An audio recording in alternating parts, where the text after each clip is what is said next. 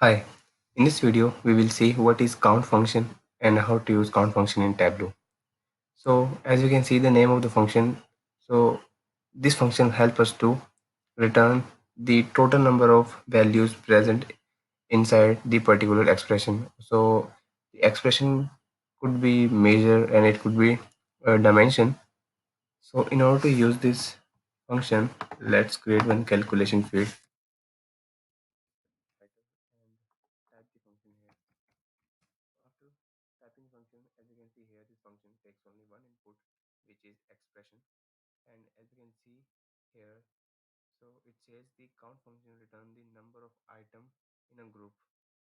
So it will return the total number of items which are present inside the particular expression, and the null values will not be counted. So for example, if I take the expression as a country, so set the country here and click on apply and OK. So take this count field and drop it onto the text. So the value is 9994, which is 9994. Over here, I'll just increase the font of the text. So this is the value. And if I go back to my count function again and I change the value from if I set the value city of country. Okay, I'll select the value city and click on apply.